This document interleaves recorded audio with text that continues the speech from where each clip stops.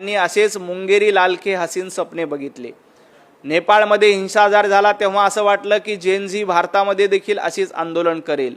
जेव्हा केव्हा विदेशामध्ये हिंसाचार होतो तेव्हा विजय वडेट्टीवार मुंगेरी लालखे हसीन स्वप्ने बघतात आणि भारतामध्ये देखील असा हिंसाचार होईल असे वाट बघतात।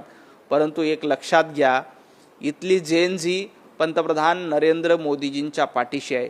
इथली तरुणाई मोदी सरकारच्या पाठीशी आहे, भारतीय जनता पार्टीच्या सोबत आहे। त्यामुळे विजय वडेट्टीवार, राहुल गांधी किंवा काँग्रेसनी कितीही स्वप्न बघितले तरी या देशामध्ये हिंसाचार होणार नाही, या देशामध्ये अराजकता माजणार नाही। कारण इथं युवराजांचं राज्य नाही आहे, तर लोकशाहीमध्ये नागरिकांचं राज्य आहे। लोकांच्या जीवावर पंतप्रधान नरेंद्र मोदीजी निवडून येतात।